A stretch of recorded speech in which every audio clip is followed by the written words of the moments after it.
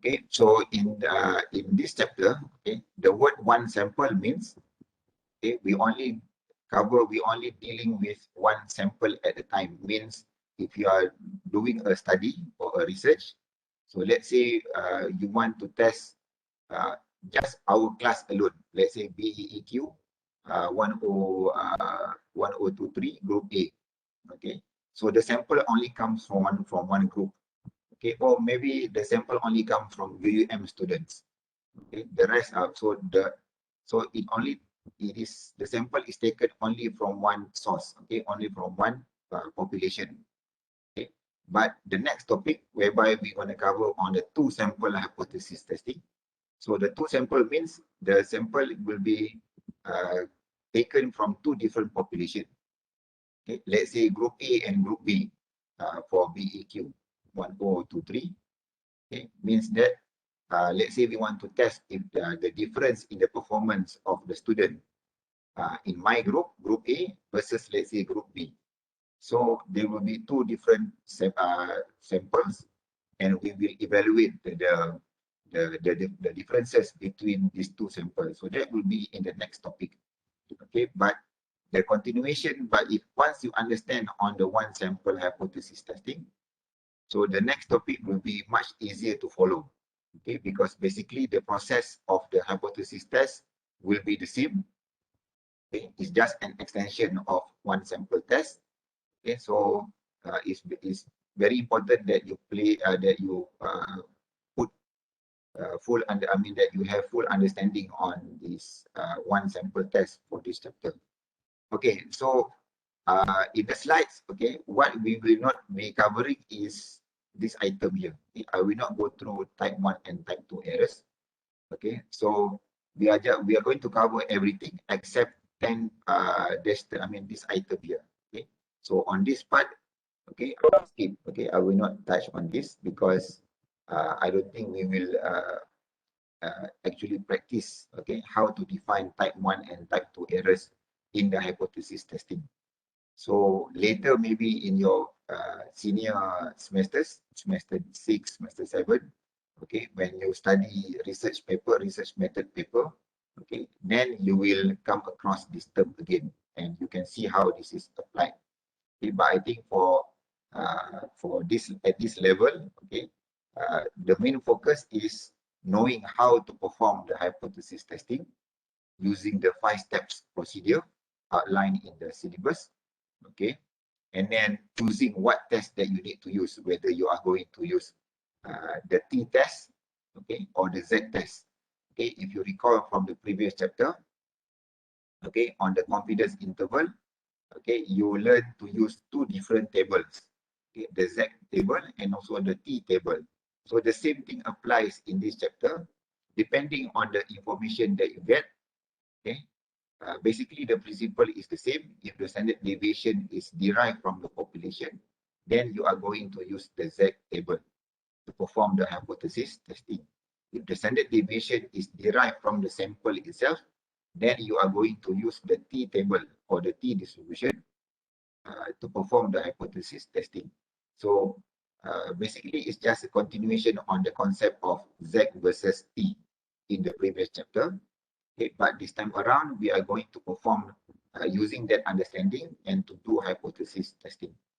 Okay, so in today's lecture, the focus is basically to explain to you all what is the meaning of hypothesis testing.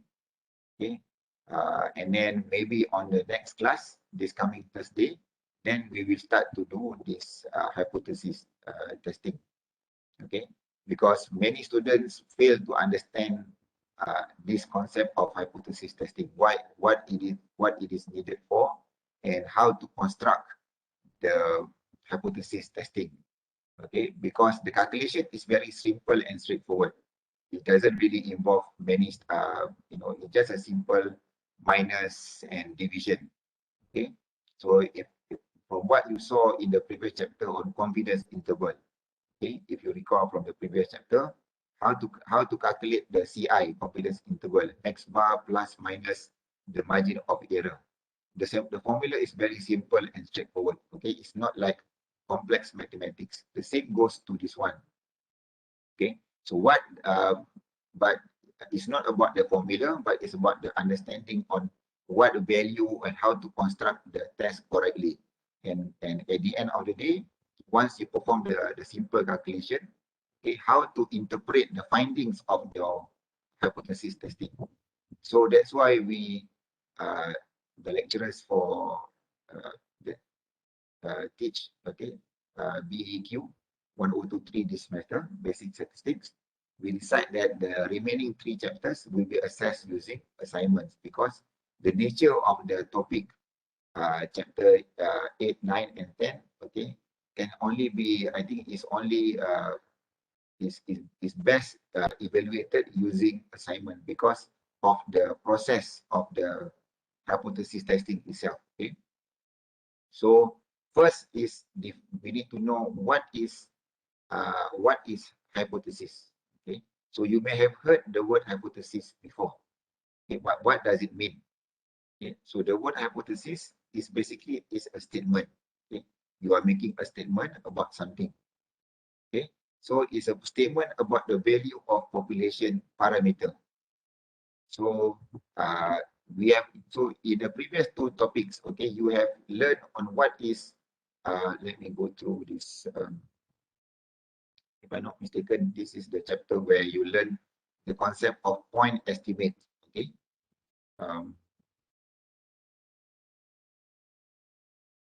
Not this one. Okay, the previous, okay, this one. Okay, in topic of confidence interval, okay, you learn the concept of point estimate. Okay, whereby point estimate is all of this information is derived from the sample. You take the sample in your study. Okay, so let's say from the 20,000 UUM students, we only take, let's say, 200 UUM students. So that 200 students, you are going to derive what is the mean value, what is the standard deviation, okay, what is the proportion value, or whatever value that you can extract from the sample. The reason being is that that sample value is supposed to represent the population value. So that is the idea of point estimate. You take one value, a value which is a point value, what we call point estimate value, to estimate the actual value of the whole population. Okay? 200 UEM students from the sample is supposed to represent the mean of the population for all the 20,000 UEM students. Okay, and the rest goes like standard deviation, population proportion, and whatnot. Okay, so in that topic, you have learned how to construct CI from the point estimate that you obtain from the sample information. So the word hypothesis is basically you are making a statement about the population parameter. So the word population parameter here refers to either it can be the mean, the standard deviation of the population, or the population proportion. But in our case, in our syllabus, the main focus will be either the mu or the pi. Means we are going to make the hypothesis testing referring to the value of the mean or the population proportion. Okay, so the concept of population parameter here, okay, with respect to our syllabus, the focus is whenever you make a hypothesis statement, okay, you are making a statement about the population parameter, okay, i.e., whether you are talking about the mean, okay, the mu, or the pi, okay. So I'm just writing in terms of the word mu here. So u is mu lah, pi pi, okay, because we pronounce this symbol as pi lah, okay. So basically it's a statement about the population parameter. So it's a statement about the mean, or it's a statement about the population proportion developed for the purpose of testing. So let's say you want to know how much, what is the average spending on food for the UUM students. Okay, how much do you spend on food per month? So you want to get, let's say, on average, UUM students spend around, let's say, 400 ringgit a month on food alone. Okay? RM 400 a month will be the mean value. So if you make the statement, okay, so that will be the hypothesis. Okay, so I make a statement. I believe that UUM students spend around 400 ringgit a month on food. Okay, when I make that statement, I'm referring that 400 ringgit is for the whole population of UUM. So I'm making a statement or a hypothesis. So I'm making a claim. Okay, I'm making a claim for now during this COVID-19 pandemic season. Okay, so we want to know how much, what is the average time that people spend outside their house. Okay, because government imposed this MCO 3.0, okay, with the intention to keep people as much as possible at home. Okay, meaning less traveling outside, less going to places, public places. Okay, so we want to know how many hours do Malaysian people actually spend, let's say, spend inside the house, meaning do not go anywhere. So let's say if I make a statement, Malaysian people only spend around 10 hours in their house, meaning the rest will be spending outside their house. Okay, so you may agree or disagree with my statement, but if that is the statement that I'm making, so that will be my hypothesis. Okay, so the purpose of hypothesis testing is to prove whether my statement is correct or not. Okay, so if I'm making a claim, let's say about the UM student spending on food per month, if I make a statement that, okay, UM student on average spend RM 400 ringgit per month on food. So if I make that statement, and for me to, in order for this statement to be credible, okay, or to be, have some meaningful, it's meaningful, meaning people can use this information, you need to test whether my statement can be accepted or not. Okay, so in statistics, this is what we call a hypothesis testing. Basically, you are making a claim, you are making a statement about something, about the population value. Okay, and then in order for you to, in statistics, because in research, whatever statement that you make, okay, it must be tested, okay, before your information can be used for reference, for conclusion. Okay. Okay, so that is the idea of behind hypothesis testing. So as you can see in your slide, okay, the 5 steps procedure as highlighted here in this part here, the 5 steps procedure. So you can see from this, let me increase this.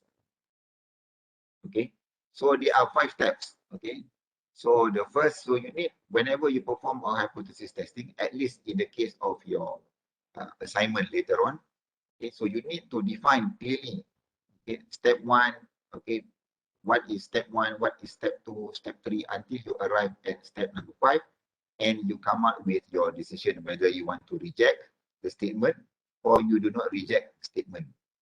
Okay, so step 1, okay, so we are just going through this thing briefly first, because at this stage you may not be able to understand what it means by each of the steps, okay, until we go through the simple example. Then you can understand this concept better, okay, in terms of the steps involved. So step 1, okay. So okay, before that, okay, I forgot to define this part here. Okay, so hypothesis testing. So basically, it's a procedure, okay, based on these 5 steps that we outlined here, based on sample evidence. So we take a sample. So let's say, using my example just now, I make a claim that, okay, UUM students spend around 400 ringgit a month on food. Okay, so that is my hypothesis. So and if I want to test whether my statement is correct or not, so I will take some sample. Okay, so my statement is about that 20,000 UUM students on average spend around 400 ringgit. But of course, if I want to perform hypothesis testing, I will only take maybe few hundred students, okay, from a sample. So let's say I take a sample of 300 students. I give out random Google form questions to the student. So whoever answer those questions, I will take as the sample information. Okay, so that sample, let's say 200, 300 students. Okay, from that sample, we will extract the information, and we will determine whether the hypothesis is a reasonable statement or not. Meaning, from the sample that I collect, okay, I will go through this 5 steps procedure, and at the end of the process, I can I can make a conclusion whether the statement that I make just now, UUM students spend 400 ringgit a month on food, is this statement reasonable or not? Is this statement correct or not? Can I accept this statement as something to be valid or invalid? Okay, so that is the purpose of hypothesis testing. So why do you need hypothesis testing in the first place? Because whenever you do a study, okay, and you want to claim, for example, now, okay, maybe some of you do not notice, some of you are really into Facebook or Twitter or Instagram. You will find that whenever the Prime Minister goes live in making a statement or putusan, okay, online in his, and he shared the video in his Facebook page, okay, you will see that a lot of the comments are negative comments. Now, I mean, in the last few months also, many of the comments from the netizens, from the citizens who are commenting in his personal Facebook page, most, I think 90% above are all negative comments. Okay, so if I make a statement, I see that 90% of Malaysians are not satisfied with the government. Okay, so if I make that statement, okay, how do I test whether that statement is correct or not? Okay, I cannot. So my statement must be tested using information. Okay, so if I make a claim, I say that 90% of Malaysians are not satisfied with the government. Okay, so that is a very strong claim, meaning 90%, meaning that almost all Malaysians lah. Okay, 90% is a very high number. Okay, so if I make that claim just by looking at the Facebook comments, so that is not something conclusive. I cannot say for sure. Okay, so because in statistics or in doing research, you need to follow, because study or research is a science. Okay, so we discussed this earlier in the semester. Okay, it's a process, it's a science. Okay, whenever you follow certain steps, basically this is a scientific method, meaning you need to verify, people can actually check your findings. Okay, so if I make that statement, 90% of Malaysians are not satisfied. So some of you agree, some of you do not agree. And for us to come to a conclusion, we need to do a study. We need to do a hypothesis testing. So I will collect some information, okay, maybe do my own study, okay, randomly ask Malaysians some questions on that will help me to answer or support my claim, whether people are satisfied or not satisfied with the government. Okay, so that is very common.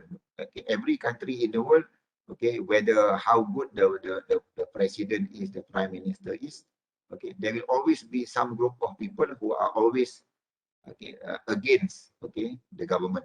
That is common. So that's why we have opposition, we have the government in every country in the world.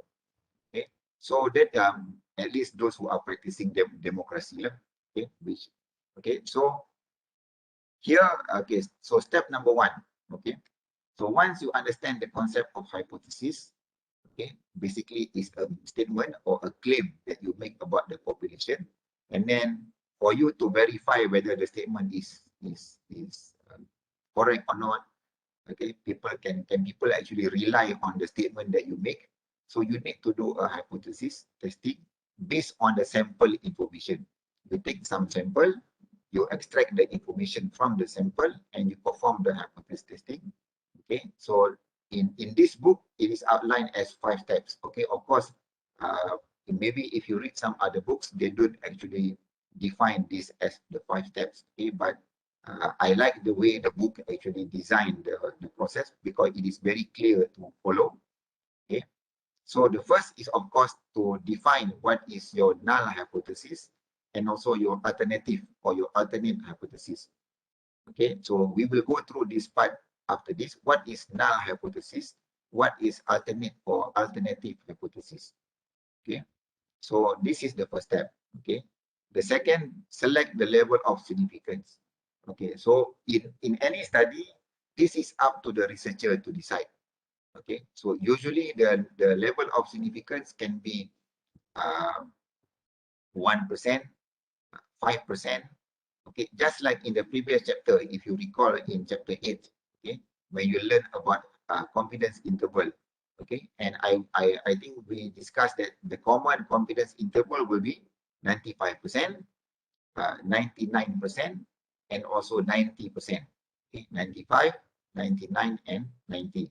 So similarly, okay, in confidence interval, these three are the common confidence interval value: 95, 99, and 90. Sometimes you get 98, but the three that I mentioned, especially the first two, 95 and 99, are the most common confidence level value.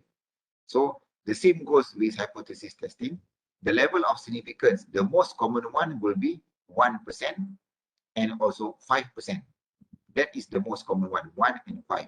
Okay, which is quite similar to, it actually is the reverse of 95 and 99. If I say 95, if I say 5%, basically it's the reverse of 95%. If I say 1%, basically it's the reverse of 99% in the CI value. Okay, so I will show you how this chapter is related to the previous chapter. Okay, but the main thing is step number 2, select the level of significance. So of course, in the real world, this is decided by the researcher. But because you are learning from the textbook, okay, so the level of significance will be given to you in the question itself. So for example, if you go through any of the exercises in the book or any past year's questions, okay, so step number 2 is given to you already. So you do not need to select what is the level. So this is given to you. Okay, and then step number 3, determine what is the test that you want to use. So here, the test that we are going to use, okay, only 2. Whether you are going to use the Z distribution table or the T table. The same as chapter number 8 before. When you want to construct your CI, is either you are using the Z table or the T table. So the same thing here. Okay, the test statistics, either Z or T test. So how do you determine? Basically, exactly the same as confidence interval topic. If the standard deviation is derived from the population, then you are going to use the Z distribution table. If the sigma is taken from the sample, then you are going to use the T table. Okay, so step number 3 is very similar to your CI approach. Okay, so once you determine what test that you want to use, so step number 4, you need to come out with your decision rule. Okay, decision rule means, okay, for example, if you want to apply to a university, okay, so for example, before you are accepted at UUM, okay, you are given a form. I think the UPU, the UPU form, is it the UPU form? Okay, or whatever forms that you need to fill up. Okay, in order to apply for the entrance to entry to university. Okay, so you need to meet certain criteria. For example, your CGPA in your matriculations, or your points that you collect in your STPM. Okay, or if you are from diploma level. So basically there is a method for you to the amount of marks that you need to achieve before you can be accepted or considered to apply for a certain course. Okay, so the decision rule basically, if let's say, okay, if you want to apply to a degree in Bachelor of Economics, so let's say the minimum criterion is you must get credit for mathematics, for example. I'm just giving you a random example. So your grade for mathematics, let's say, should be at least C. Okay, so that is the decision. Meaning, if you get below C, automatically you will be rejected. Meaning the system will not even allow you to proceed to the next step. Meaning, if you get D and below, for example, for mathematics, okay, I'm just giving you just a simple example. It may be correct, it may be not. Okay, but just to give you an idea, what is this decision rule? So basically, if you get below C, then you will not be accepted. You will not be considered to apply for Bachelor of Economics. Okay, for example. So this is something similar. You need to make a decision rule.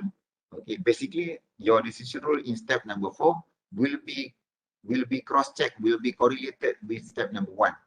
Meaning whatever that you want to decide in step number 4 it must be referred back to step number 1. When you come out with your null and alternate hypothesis, so step number 1 and step number 4 is interlinked, meaning step number 4 is basically derived or you must follow what you state in step number 1. Okay, so so when you construct step number 1, so you must have an idea of how you want to construct step number 4 already. Okay, so how you design step number 1 will actually determine your decision rule. If you wrongly set up your null and alternate, it will also affect your step number 4. Okay, if you wrongly design your alternate and null hypothesis, you will also wrongly come up with your decision rule.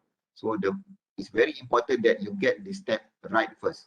If you get this step wrong, okay, so step number 4 will be most likely wrong as well, because step number 4 will be based on how you design your step number 1, okay, how you design your null and alternate hypothesis. And finally, take a sample, arrive at decision. Okay, of course, taking a sample, okay, in the real world, the researcher need to get their own sample. Okay, if I were to do a study on UUM, so I need to come up with my own Google form, for example.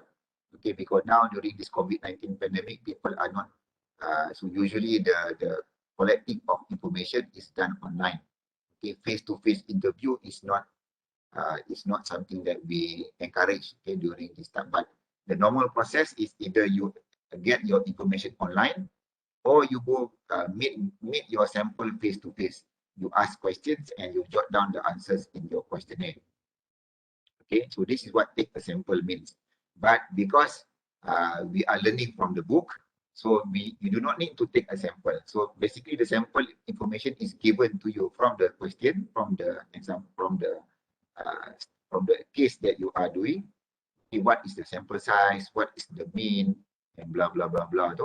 Okay, so this part is given to you. So you need to do the calculation here. So basically, step number 5 is where the calculation takes place. Okay, so you need to calculate. In step number 5 using the very simple formula, very similar to what you did in confidence interval topic before. Okay, so it's a simple, straightforward formula. Okay, and then once you have come up with the final value, and then you need to decide whether you want to reject or do not reject the statement that you came out in your. So basically, reject or do not reject. Again, this is based on step number 1. Okay, so basically, whether you reject, you want to support the statement, or you cannot support the statement that you make. Okay, just now I mentioned about my statement, or my claim is that UUM students spend RM 400 per month on food. Okay, provided that you are at campus lah, you are on campus. Okay, but because you are learning from home, so this information, 400 ringgit may not be a valid something that is valid value lah. But if you are on campus, you stay here 24 hours a day in UUM campus, okay, then maybe we can use that information to test. Okay, assuming we are in the normal scenario, the normal condition where students come and stay at on campus. Okay, so whether you want to accept my statement, UUM students spend 400 ringgit a month, or we cannot accept that statement, it's all based on the result from the calculation. And then you must cross-check with step number 1 again. What is your null and your alternate hypothesis? And then you need to come up with your conclusion, whether you can reject or do not reject the statement. Okay, so I think, so that is the basic idea of this 5 steps procedure. Okay, from step 1, okay, until step number 5. So that is the main thing that you need to understand first. Okay, so next will be what is null and alternate hypothesis, which is step number 1 just now we mentioned. Okay, whenever you want to do a hypothesis testing, the main thing is to construct your H0 and your H1. Null is the notation for null hypothesis is H HO. Oops, sorry. H0. Okay. 0 usually is the subscript, not the. Okay. So it's like this. Okay. H0. Null hypothesis HO.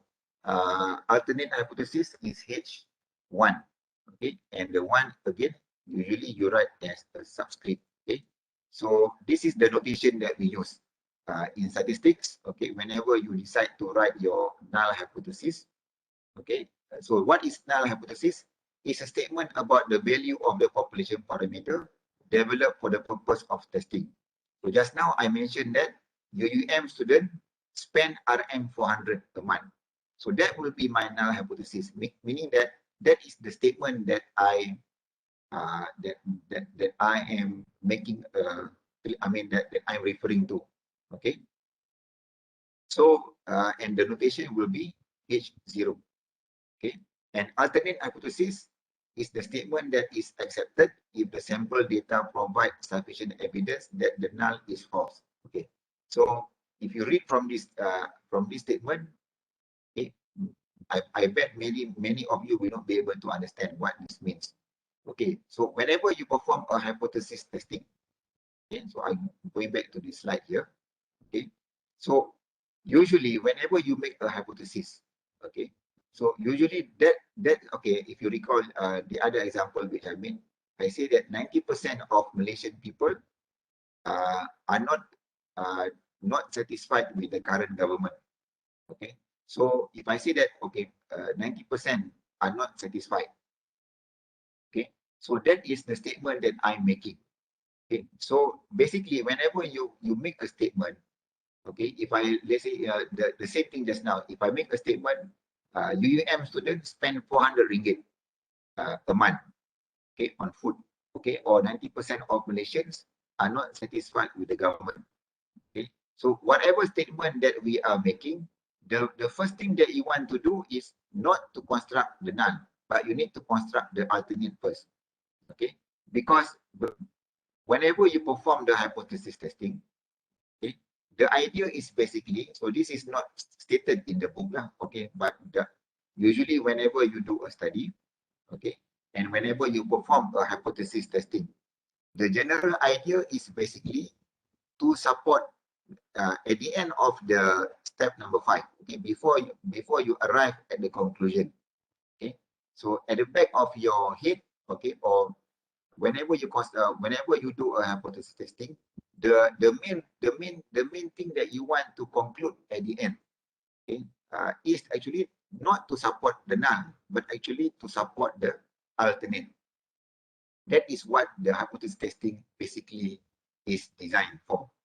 Okay? So let's say if I say that 90% of Malaysians are not satisfied with the government, so basically the rest of the procedure here from step number 1 until step number 5 is basically is about testing the alternate hypothesis, not testing the null hypothesis.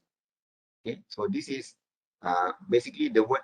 If you read at this statement here, a statement that is if accepted, meaning that if you accept the statement by alternate hypothesis, okay, from the sample data, so and that the null is false, meaning that when we get the sample information, okay, if you recall just now, okay, take a sample. Okay, so in step number 5, in let's say you are doing an actual research. Okay, so let's say the example just now is taking information from the UM students. Okay, so whenever I take sample from UM student, my goal actually, information that I take from the sample is to support my alternate hypothesis. Okay, not the null hypothesis. So okay, so this again, at this part, I'm sure many of you cannot really relate what is null, what is alternate until you see the actual example or questions that actually how to construct the null and alternate. Okay, so it's like if you go to court, okay, if you go to court, okay, to mahkamah, okay, the idea is to basically if you go to court, the defense team, okay, the person who are charged in court, they will hire a lawyer. Okay, so for example, now Najib Razak, okay, is tried in court for several cases. So his lawyer is supposed to prove that he is not guilty. Okay, so that is what the defense team is about. Okay, so basically the burden of proof. Okay, so Najib Razak defense team, basically they have to provide the proof. Okay, that he is not guilty. Okay, so that is what H1 is. Okay, so basically if they want to prove that Najib Razak is not guilty, okay, so that is H1 statement. Okay, meaning that whatever information that the Najib Razak defense team collected, okay, whatever materials, whatever documents, okay, interview from witnesses, okay, is supposed to support the statement that Najib Razak is not guilty. Okay, so that is if you're looking from the perspective of the defense team, okay. So whatever information that, so basically the H1, the alternate hypothesis, has the burden of proof.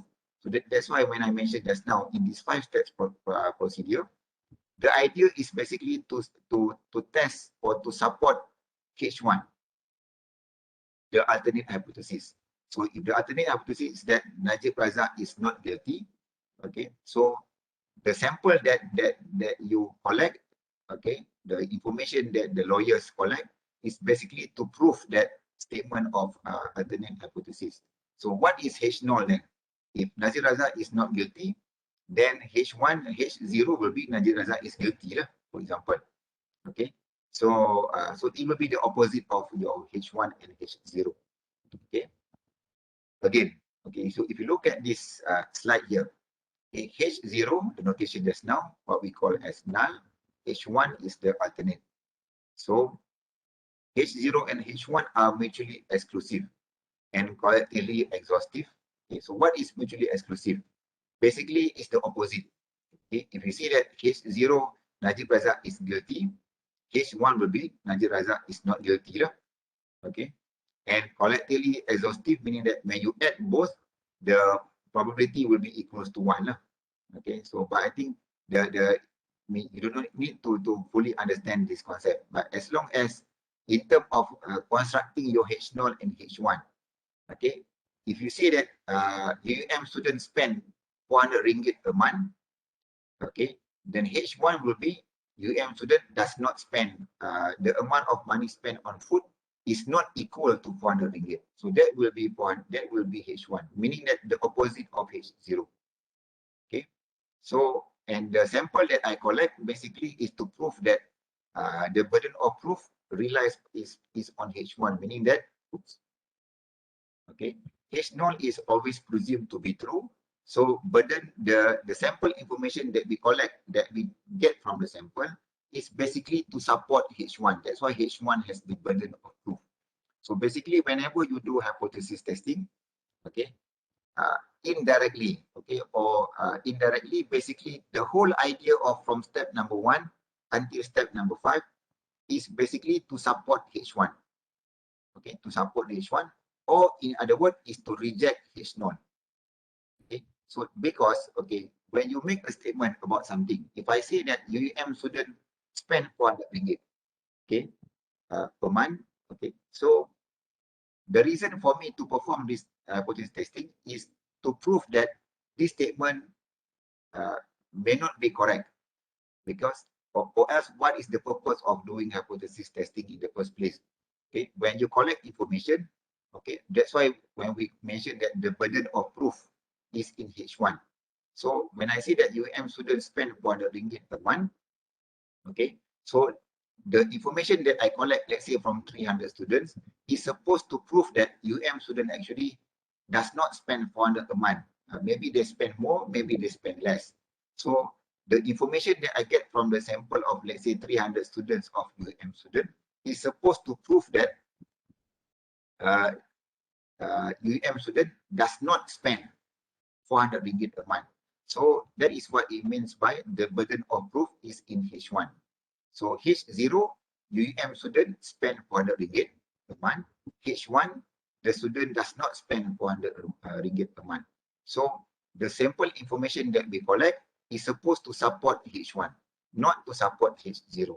It might be a bit counterintuitive, meaning maybe the opposite what you think. Okay, but that is what hypothesis testing procedure is all about. Okay, at the end of the day, okay, that basically is you are trying your best to reject H0. Okay, so when you collect the information of the sample, okay, that sample information is supposed, the goal is actually to reject the statement of your null hypothesis and to support the H1. Okay, so if you conclude that do not reject means, in other words, we are supporting the H0. Okay, but that's why if you look at this statement here, do not reject does not necessarily mean the null is true. It only suggests that there is no sufficient evidence to reject H0. Okay, so just like if you go to court, okay, or if you follow any court cases, if the judge finds the person not guilty, okay, not guilty does not mean innocent. Not guilty means the evidence presented in court is not sufficient to convict that person, to find that person guilty. So even though the person is found not guilty, that's why the word used or the term used is not guilty. The judge will not say the person is innocent. Okay, because it is complete, is a two different thing. Not guilty means the evidence that the lawyers bring to the court is not sufficient or not enough to say that this person is guilty. Okay, the alibi, the witness, the document, the CCTV or whatever lah. Okay, so the same thing here. Whenever you perform hypothesis testing, we use the term reject or do not reject. If you reject is null, meaning that even if you do not reject, okay, do not reject means, in other words, okay, it's almost like accepting is null. Okay, so if going back to my example just now, if I say that UUM student spend RM 400 ringgit per month, RM 400 per month. Okay, so mu means the mean amount of spending on the food of UUM student is RM 400. Okay, so this will be my H0, my null hypothesis. UUM student spend 400 ringgit. Okay, so my H1, my alternate will be, if I put the sign equal here, so the opposite will be not equal to. Okay, it will be the opposite of the equality sign. So equal means the opposite will be not equal. So this will be my alternate hypothesis. Okay, so means that the information that I collect from the UEM student, okay, is supposed to support this statement. Okay, I want to prove that UEM student does not spend 400 ringgit per month. Okay, from the sample is supposed to support each one.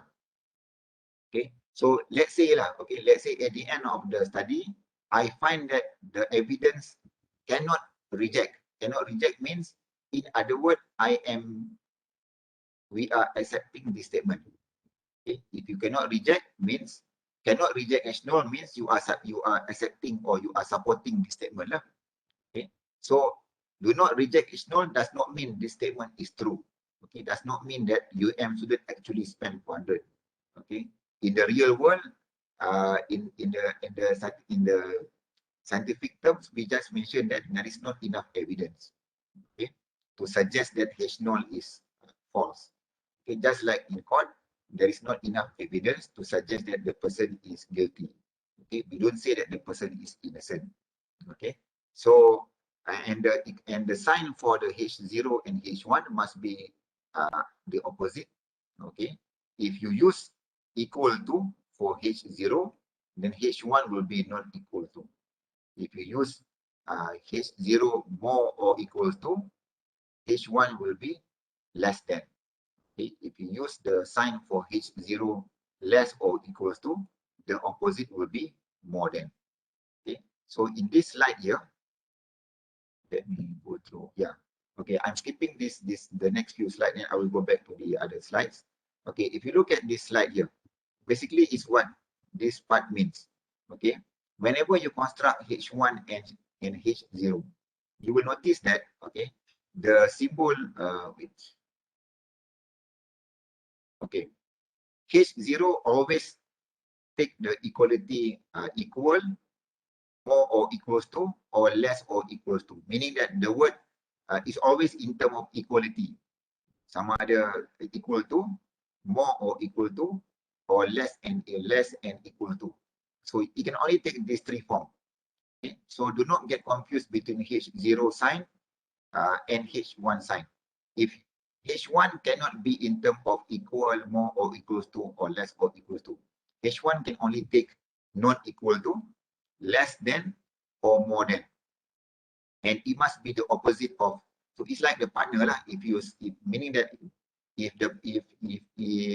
H0 is equal to, automatically H1 will be not equal to.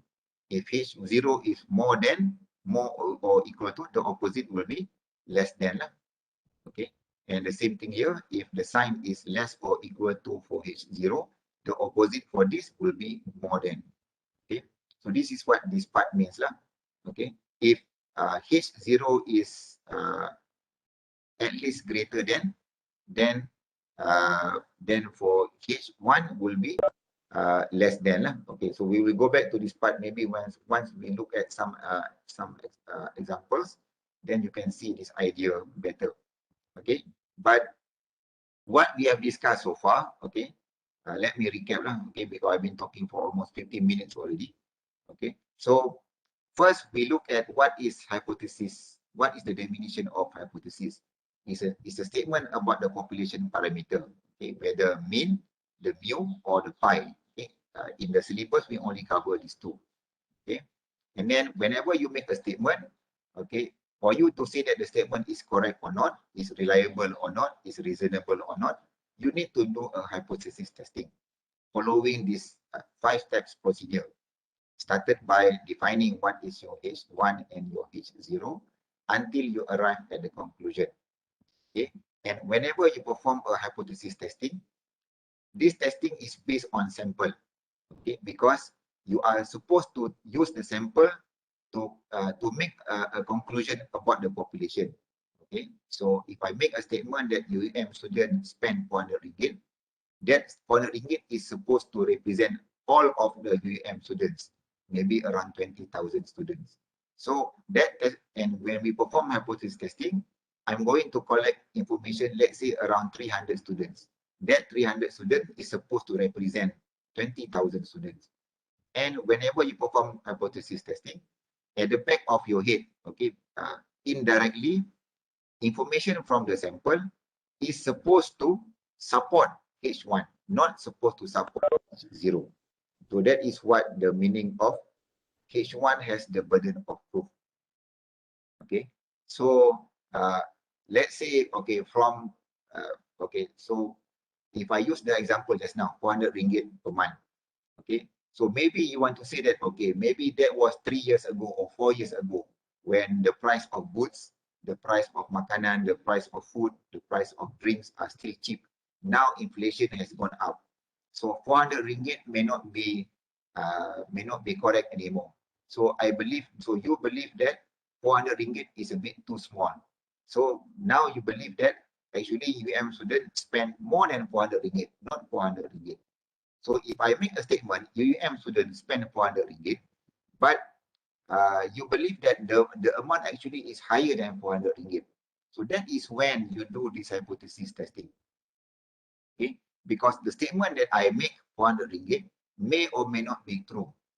Okay, so in order to prove that, okay, you do a hypothesis testing, collecting data from the sample, and that sample information that we collect, we perform the hypothesis testing, and the idea is basically to support H1, to prove that actually UM student does not spend 400 ringgit, they can even spend more, or maybe they spend less. Okay, if you feel that they spend more, then the way you construct your H1 and your H0 should reflect that. Okay, so that's why you can take the sign whether equal to, more than, or less than lah. Not equal to, less or more than for H1. Okay, So, and then, so that is the most difficult part, okay, is designing your H1 and H0. But once you understand, actually it's quite simple to do. Okay, because when you read the questions, exercises from the book, you can pick up already. Okay, once you start doing several questions, then you know what is your H1 that you want to construct and what is your H0. So I'm just giving you a tip here. Okay, whenever you start doing your step number 1, okay, start by designing your H1 first. Okay, so usually the statement that you want, because the sample that you collect just now is supposed to support H1. So once you are clear what is your H1, then you can do your H0, because H1 will be the opposite of H0. Okay, if you see the H1 take the sign of more than, then H0 will be less or equal to. If you see the H1 takes the sign of less than, then H0 will be more or equal to. Okay? If you see that H1 takes the sign of not equal to, okay, then H0 will take the sign of equal to. So whenever you start doing step number 1, start by designing H1 first. Okay, because the statement in the questions or in the book, in your exercise, or even maybe in your assignment later on, it will point out to you actually what is the H1 actually. So once you are clear what is the H1 that you want to test, construct your H1, then construct your H0. Okay, so because as I mentioned earlier, if you construct your H1 and your H0 wrongly, it will affect your step number 4 and also your conclusion as well. So get your H1 correct, construct H1 first, okay, then you construct your H0, okay. And then if you look at step number 2 here, select the level of significance. So again, this is not at least in the case of your syllabus, this part is given to you, whether it's 1%, 5%, or maybe even 2%. But the most common one, 1 and 5%. So the main thing is to determine what is the test statistics. So that is what here, test statistics here. Okay, are you going to use Z or are you going to use the t-test? Okay, for one sample in chapter number 8, the one that we are doing right now, one sample hypothesis testing, we are only looking at either using Z or T. In chapter number 10, the last topic of your syllabus, okay, you will also look at F-test and also chi-square. Okay, or under this Anova, you can look at your syllabus. Okay, in chapter number 10, okay, if I may open this last topic here. Okay, so this will be your last topic, okay, analysis of variance Anova. So in Anova, okay, you can see that you are going to use this F table or this F distribution, okay, and also the chi-square, okay. So this will be covered in the last topic, okay, of your syllabus. So what you see here, these last 2 parts is basically only covered in chapter 10, the last topic of your syllabus. But for chapter 9, 8, and 9, 1 sample test and 2 sample hypothesis testing, we are only focusing at Z and T. Okay, the F and chi-square will be covered in only 1 chapter, chapter number 10. Okay, so in step number 3 just now, determine what is the test statistics. So in chapter 8 or 9, you are only going to focus either Z or T.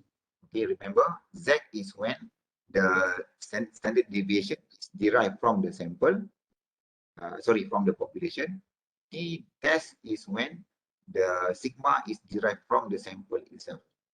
Okay, so what test you want to use, you need to read the questions, just like what you did for the confidence interval. Okay, the information given, if the information points to the sigma is derived from the sample, then you need to use the T distribution table. Okay, and then one part that you need to know is what we call critical value. Critical value is the dividing point, whether you want to reject or do not reject. Okay, if you recall here in the step number 4, formulate decision rule. Okay, whether you want to reject or do not reject. Okay? Just like the example just now, if you want to apply to a certain course, let's say you want to apply Bachelor of Economics, what is the point, the minimum value that you can, the minimum marks. Okay, maybe the easier example is your CGPA that will determine whether you get first class honors, second class upper, or second class lower. Okay, first class honors, your CGPA needs to be at least 3.65. 3.67 at least. Okay, if you get your CGPA higher or equals to 3.67, then you will be awarded with first class honors. So that is your decision rule. If you get below 3.67 but above 3.0, you get second class upper. So that is, in statistics, we call this critical value. What is the value that you need to have that value? Whether if the value that you get from the test statistics is above or lower than the critical value. So let's say your CGPA is above 3, let's say you get 3.8 or 3.68. Okay, the critical value will be 3.67 for first class honors. So the test statistics will be something like your CGPA. If you get in your final semester, okay, 3.68, you compare against 3.67, the critical value, means that you are qualified to get first class honors. Okay, but if your CGPA, let's say 3.66, okay, your CGPA 3.66, you compare against the critical value 3.67, meaning that your value is lower, then you will not be qualified to get first class honors. You will be awarded with second class upper. Okay, so that is what critical value means, the dividing point, whether you reject or you do not reject the null hypothesis. Okay, so that is of course how you decide this will be based on step number 2 and step number 3 as well.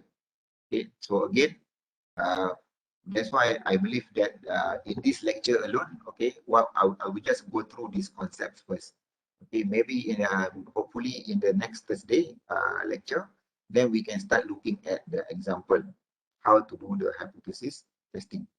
Okay, then once you understand this in step number 2 and 3, determine the test, whether you are going to use the Z test or the T test, and then you also need to determine whether your test will be one-tail test or two-tail test. Okay, if you so basically one-tail versus two-tail is dependent upon what is the sign that how do you construct your H1. Okay, I mentioned just now, whenever you do hypothesis testing, in step number 1, okay, you need to decide what is your H1, what is your H0, correct? Okay, I mentioned just now, the best way to start is determine what is your H1 first. And H1 can only take these 3 signs, whether it's not equal to, less than, or more than. Okay, so if your H1 takes in the form of not equal to, automatically means it fall under two-tail test, because it can be on the left or on the right. It can be less than or it can be more than. Okay, but if your H1, if your H1 takes in the form of less than, or it takes in the form of more than, then it will fall under one-tail test. Okay, so if I may, so you can add in your slide there. So this part will be the two-tail is when your H1 is using the not equal to sign. Okay, but one tail or the left tail test is when your H1 takes in the form of less than. Okay, one tail or right tail test is when your H1 takes in the form of more than. Okay, so if you decide to construct your H1 based on the information that you get from the question, that your H1 should be not equal to, automatically you are setting up for a two-tail test. If you decide from the information from the question that your H1 should be less than, then automatically you are going to use a a left tail, one tail test on the left side. Okay. If you decide that your H1 will take in the form of more than sign, so you are going to use one tail on the right tail test. Okay. So again, this is what I mentioned earlier. It all started from step number 1. Okay. How you decide your H1 will determine the outcome of your conclusion. Because if you, let's say, if your test is supposed to be a one tail test, less than, but suddenly you decide to do a not equal to sign, meaning that your test supposed to be a one tail test, but you end up doing a two tail test. So your conclusion will be wrong lah, because your conclusion must be based on how you design your H1. Okay, if you design your H1 supposed to be less than, so the statement that you make is supposed to match with the less than sign, not equal to sign. Okay, or not supposed to be more than. Okay, so the understanding of the statement, okay, and designing your H1 and your H0 will be very crucial. Okay, very important to determine the outcome of the rest of the steps. Okay, especially in the conclusion part. Okay, so that is one tail versus two tail. Okay, one tail is when it is more than or less than, okay, or more than. Two tail test is when your H1 takes in the form of not equal to sign. Okay, so this is how to set up a claim as hypothesis. Okay, so again, I mentioned just now, you start by designing your H1 first. Once you decide what is your H1, the opposite will be the for H0. If you take that your H1 supposed to be more than, okay, so more than, the opposite will be what? The opposite is supposed to be less or equals to this one. Okay, so more than, the partner will be less or equals to. Okay, if your H1 is less than, okay, then the opposite will be here, more or equals to. And finally, if your H1 takes in the form of not equals to, then the opposite will be equals to. Oh, sorry, less. Okay. So you can see that basically what this slide means, these are the keywords that you can find in the questions or in the examples or even in your assignments later on. So how do you know that you are going to use more than, less than, or not equal to for your H1?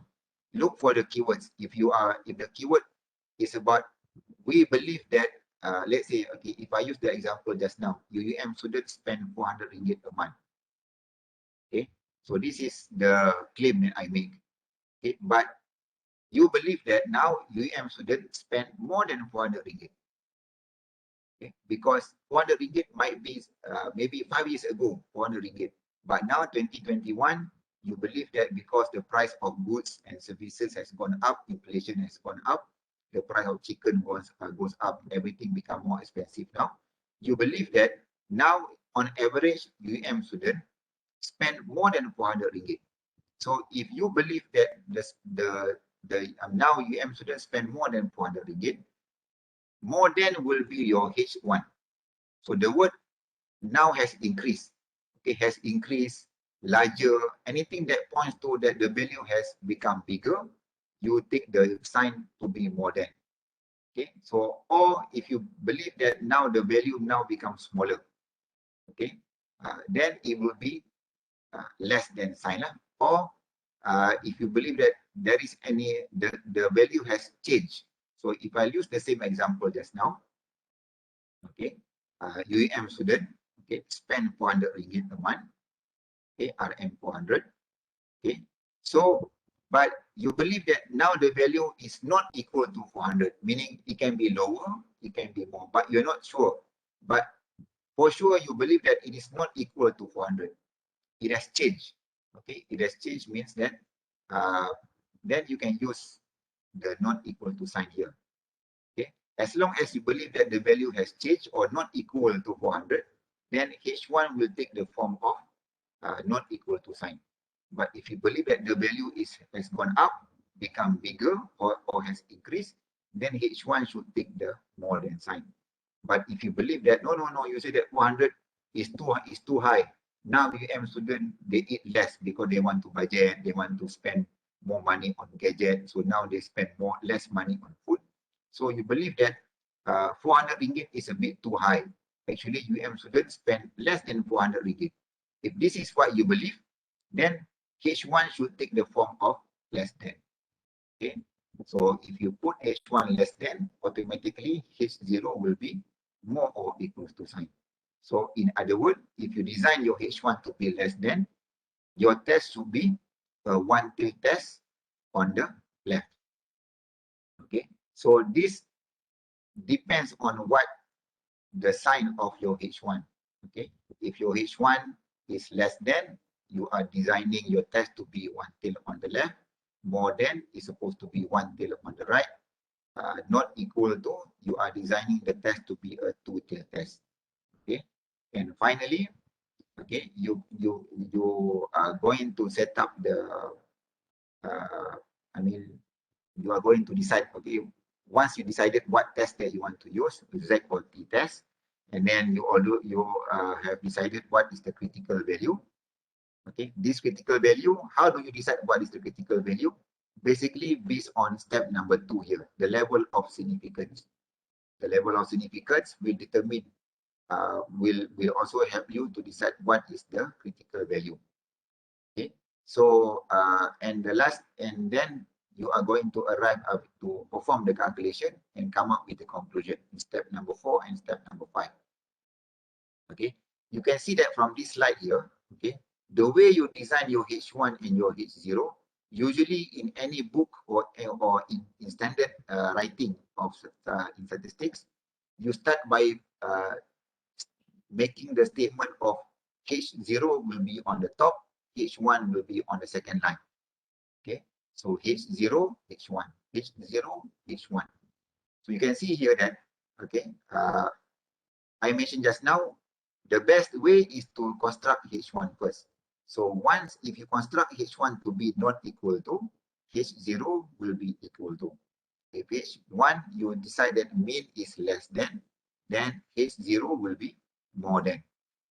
Same thing here, if you decide H1 to be more than, then H0 will be less than, less or equals to. Okay, so always in terms of writing, H1, H0 will be the first on the top line, second line will be the H1. But in terms of constructing your H1 and H0, start by constructing H1 first. Okay, then construct your H0.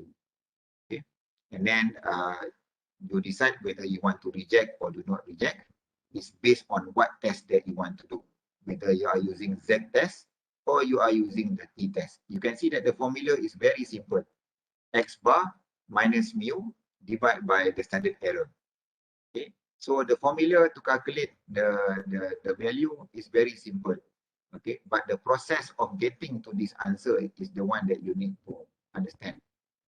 Okay, whether you are using T test or you are using Z test, the challenge actually is not in the calculation itself, but in the construct of your H1 and your H0, deciding what test that you want to do, and then determining what is the critical value of your decision rule, okay, and finally arriving at your answer. You can see that even from this slide, I forgot to mention here.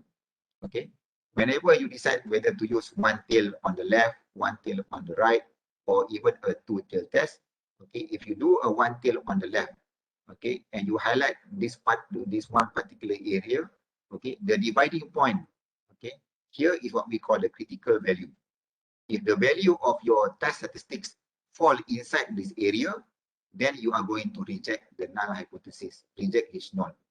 Okay, so if the value fall outside 1.65, for example, if anything outside here, then you are not going to reject. The same goes with the one tail on the right. So the value here is what we call the critical value, that the dividing point whether you are going to reject if it falls inside the shaded area or do not reject. anyway outside. Okay, but if you're doing a two-tailed test, if it falls either on the left side or on the right side of the shaded area or the rejection area, then you are going to reject your null hypothesis. Okay, so in the next class, okay, we are going to look at some of the examples. Okay, how to construct H1, how to construct H0, whether you're going to use one-tailed test or two-tailed test, and then how to construct your critical value, as what you see in this slide here. Okay, how do you decide what is the critical value?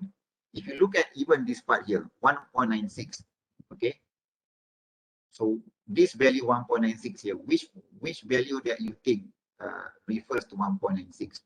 Okay, it's very similar to what you did in chapter number 5. Sorry, in the previous chapter, chapter number 7 before. Okay, in your confidence interval, you remember 1.96 is taken when you are using 95% CI. Okay, so it's very similar here. Of course, this value corresponds to the Z distribution. But if you're using the T table, okay, you must base on the degrees of freedom, the DF, similar to what you did in your CI topic before. Okay, so I think that is for today.